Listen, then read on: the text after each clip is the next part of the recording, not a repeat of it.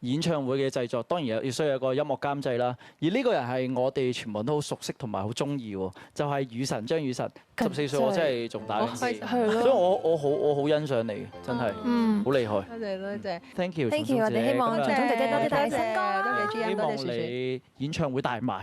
太好啦，同埋多啲新歌俾 fans 聽啊！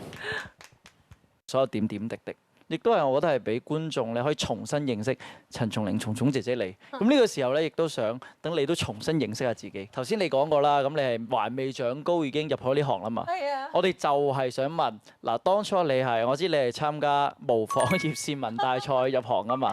咁你記唔記得當初你係唱咩歌咧？如果我呢個唔識答嘅話，我啊真係 AI 嚟㗎。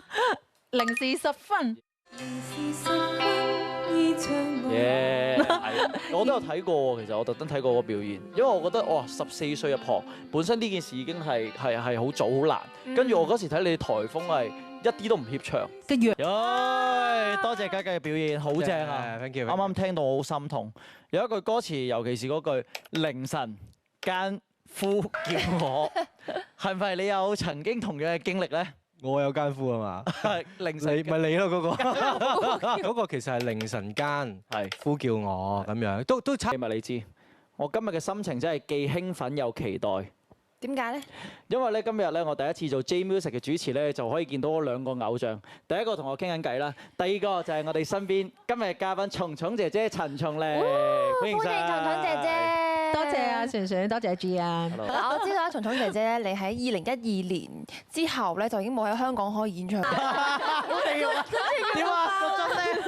個樽冇嘢，我哋又要再拍過啦。係啊，進線咯。係。咁你女團界咧有對好出名嘅組合嘅都，就係 Cookies。佢哋由9位成員變4位成員，知唔知係邊4位咧？我知 Stephy 係。鄧麗欣、下一位。吳雨霏。中啊，仲有2個。Teresa。Micky。啱晒先。